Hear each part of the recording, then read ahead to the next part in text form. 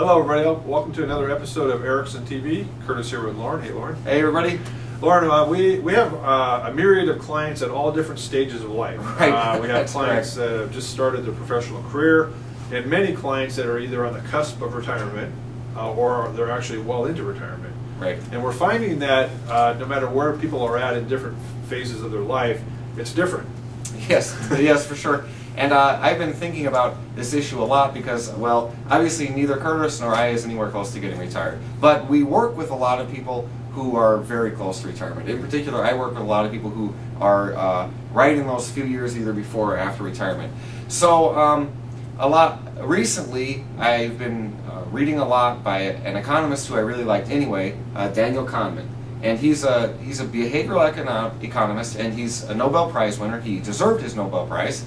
And one of the things he's been talking about a lot lately, and I think that this might be because he's kind of close to retirement, okay, but he's been talking a lot about sort of happiness and quality of life, and his contributions previously to finance have mostly been about a lot about how our behaviors and our emotions don't quite line up the way we might want them to with our investment activities.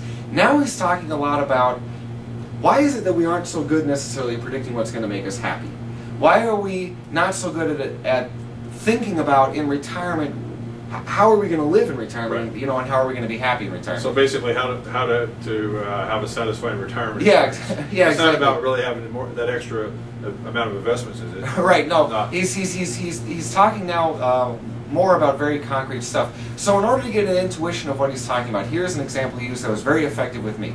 He said, okay, Curtis has no idea I'm going to ask him this question. Okay, so imagine that I'm going to offer you a vacation to whatever would be the best vacation you could possibly have for 5 days, except there's going to be a catch. For whatever reason, you won't be able to remember this vacation at all. You'll have no memories associated with it. But you get the vacation for free. Do you accept the vacation or not? Yes, I do. Oh, you do accept it. So it's worth it for you. For a lot of people, if you ask them that question, they'll have to, you know, at first they think, yeah, this is a great offer. Then they'll have to think about it if they can't remember it a lot. And for a lot of people, it's a harder question. You know, if I don't get to remember the vacation, is it really worth going on? It's certainly a lot less exciting than if you can remember it. And what Kahneman talks a lot about is that when we talk about happiness in our life, there's first of all the just sort of day-to-day enjoyment happiness. That's going on the vacation.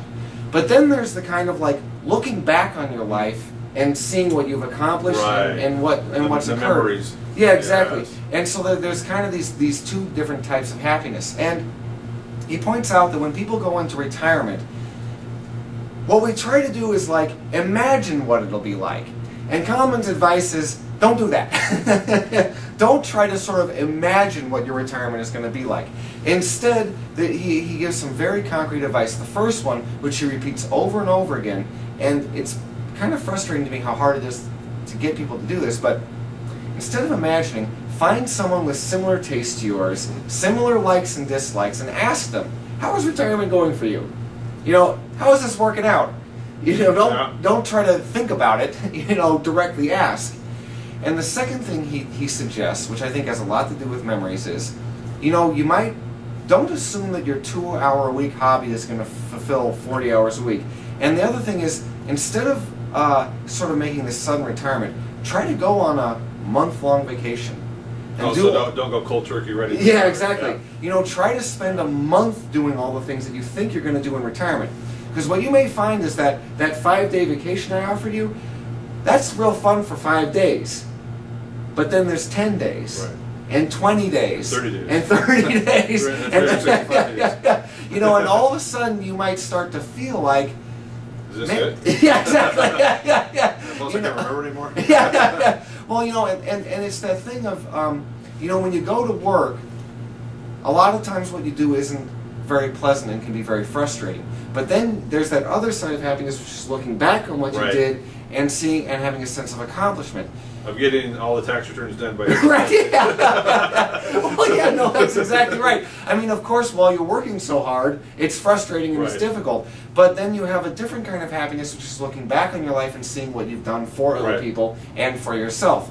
You know, when you do something and you feel like retirement is going to be this vacation, okay, that's good. But then when you look back on it, are you going to have that kind of happiness? You know, it's those two kinds of happiness, the day-to-day enjoyment, but then also the being able to look back on your life kind of happiness. Right.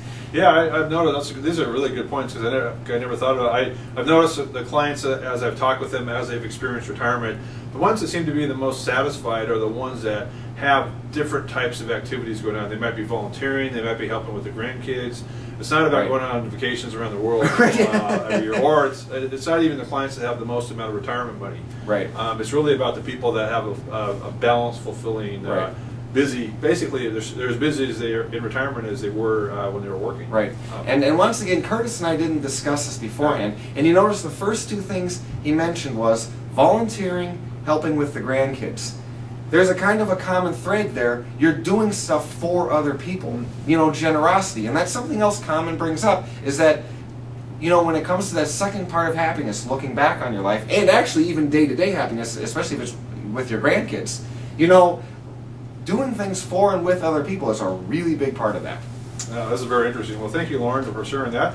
And we'll see you next time on Erickson TV. Bye now. See you next time.